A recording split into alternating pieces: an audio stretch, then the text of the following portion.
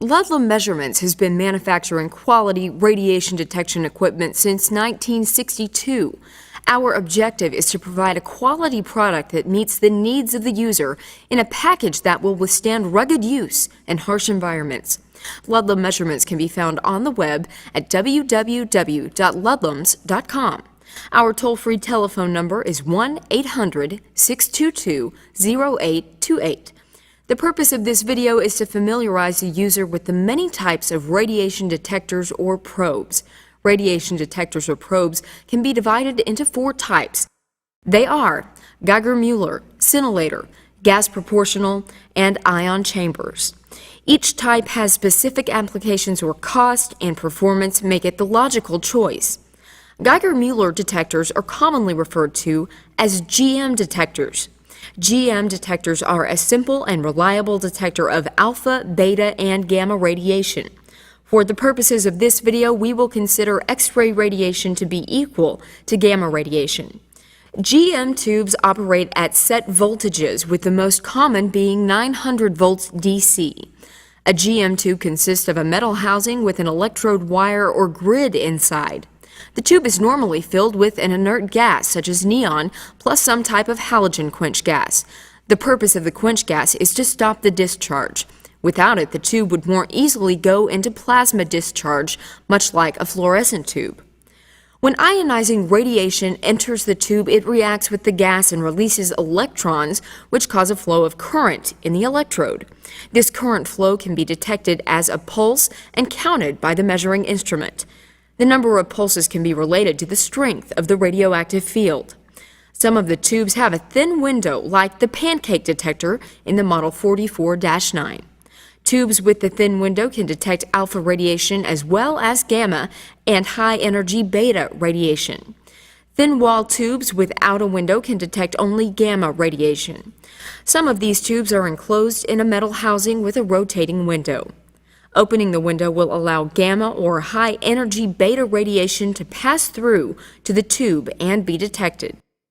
Closing the window will stop the beta radiation and only allow gamma radiation to pass to the tube. This type of detector is commonly referred to as the hot dog. Some smaller versions of the GM detector operate at 550 volts. These tubes are generally intended for high exposure rate measurements. Ludlum Measurements normally calibrates GM detectors with a cesium-137 gamma source. Some types of GM tubes are energy compensated. These tubes have special enclosures that act as attenuators to specific energies. This tends to give the tube a flatter energy response. The comparison can be seen in these 2 charts. GM detectors are good general-purpose radiation detectors. They are rugged and generally less expensive than other types of probes. Pancakes especially are popular for general-purpose survey applications since they can detect alpha, beta, and gamma radiation. One concern with all detectors, but especially the Geiger-Müller type, is dead time. Dead time is the time it takes for the tube to recover from the internal discharge created by the incident radiation. During this time, usually around 80 or more microseconds, the tube cannot respond to more radiation. As you increase the field, the efficiency of the detector begins to roll off or become nonlinear. Some instruments, especially the microprocessor-based ones, have dead time compensation or DTC. This compensation algorithm can be adjusted to add a correction factor to the counts displayed. This, in effect, extends the useful range of the tube. A second type of radiation detector is the scintillator detector. Depending on the scintillation material, a scintillation-type detector can be used for alpha, beta, and/or gamma radiation detection. A gamma scintillator detector is the best at sensitivity when checking for gamma radiation. They are used for micro-Rankine radiation levels near background or for examining low-level samples, such as the cotton swipes used for leak testing of sealed sources or checking oil-filled pipes for naturally occurring radioactive material. The scintillator probe consists of a type of material which scintillates or gives off light when exposed to radiation. This scintillator can be inorganic, such as a crystal, or organic, such as plastic. The most popular crystal detector is the sodium iodide detector. Some inorganic scintillators use a thin film containing powder such as zinc sulfide. These are used to detect alpha radiation. Plastic scintillators are used for beta detection. Some detectors use a combination of scintillators to detect more than one type of radiation. The second component of the scintillator is the photodetector. These are either a vacuum tube photomultiplier or a solid-state photodiode.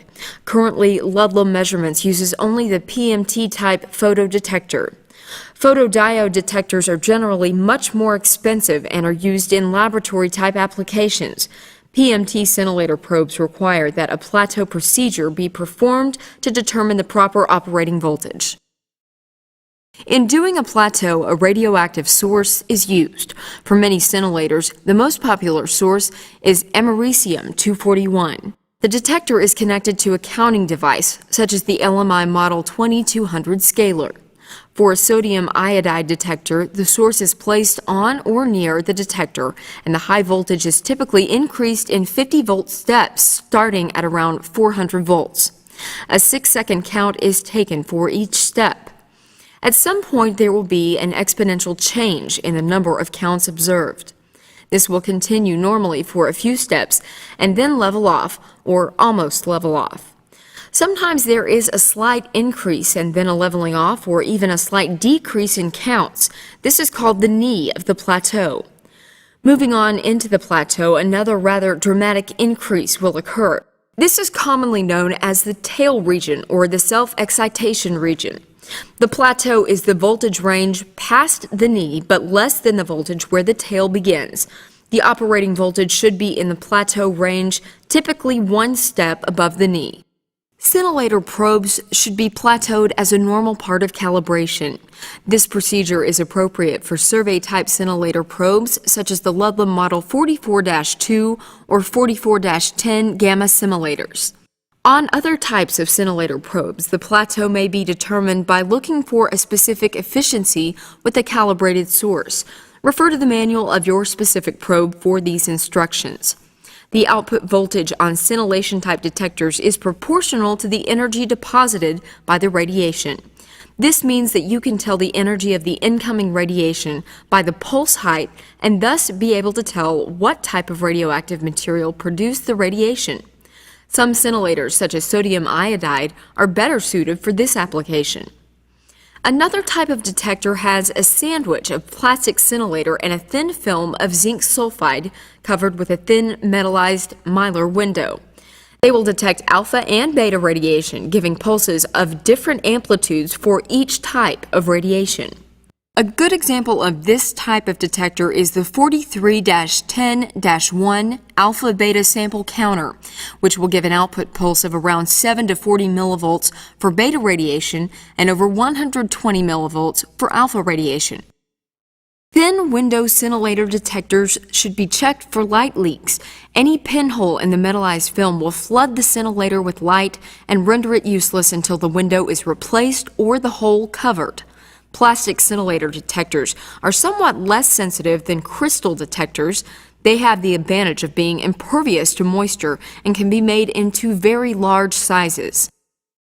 Sodium iodide crystals are hygroscopic. That means they must be sealed or they'll absorb moisture from the air, turn yellow, and be ruined. One interesting note is that when some scintillation detectors are wrapped in a light, tight container, they must be allowed to sit and settle out because the scintillator has an afterglow that slowly diminishes over time. The afterglow causes artificially high background readings. They typically need to sit for 8 to 12 hours to settle out. The next category of detectors is the gas proportional. They are used to detect alpha and beta radiation. These detectors have little gamma sensitivity because of the low density of the gas. Gas proportional detectors are used in a variety of applications, such as hand survey, and larger ones are even used for floor inspection. They consist of an aluminum housing containing fine platinum wires. There is a cavity surrounding these wires with fittings for the gas connections. The cavity is covered by a thin mylar window. The gas used in these detectors is usually P10, which is 90% argon and 10% methane. These detectors operate at high voltages, generally 1100 to 1800 volts. They are normally operated at the lower end of the range from 1100 to 1400 volts for alpha detection and 1500 to 1800 volts for beta-gamma radiation. One important consideration with the gas probes is to be sure that they are properly purged. The gas should be regulated to no more than 5 psi. The gas should be attached to the lower connector with the other connector left open. Because the P10 is heavier than air, the gas can fill from the bottom just like a liquid to force any air pockets out of the detector. Gas proportional detectors are normally run dynamically with a continuous flow of gas. They can be used statically or disconnected from the gas flow for a period of several hours. Consult the manual for your detector for flow rate and static runtime. The last types of detectors are ion chambers. Ion chambers detect and measure ionizing radiation by measuring the electric current that flows when radiation ionizes gas in the chamber, making the gas a conductor of energy. An advantage of ion chambers is that they have a very flat energy response. This means they can accurately measure dose rates from a gamma source over a wide range of energies. Many ion chambers have a beta shield that can be opened and allow beta particles to enter the chamber and be detected.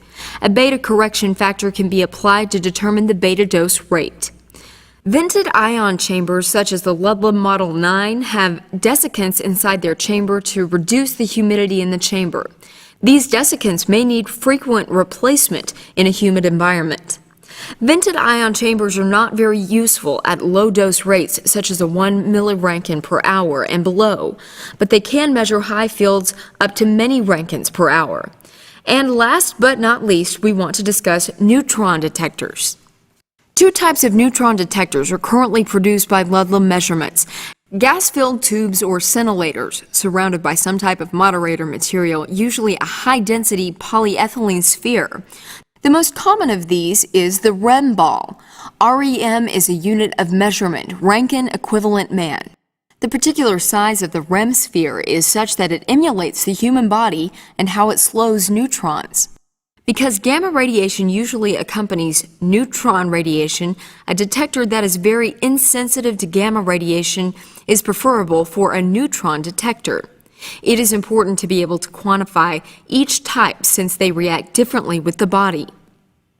The gas-filled detector tube contains boron trifluoride at 1 atmosphere or less of pressure. The incident neutron strikes the sphere and reacts with the hydrogen in the material. This reaction slows the neutron to a level where it will react with the boron trifluoride gas molecules and create alpha particles. These alpha particles can then be detected. This type of detector is very insensitive to gamma radiation. We say this detector has a very good gamma rejection. These spheres come in a variety of sizes. By using different sizes, data can be taken and analyzed to determine the energy profile of the neutron radiation. The second type of neutron gas-filled detector uses helium-3. It operates in much the same way as the boron trifluoride. It is generally more sensitive than the boron trifluoride type, but has less gamma rejection.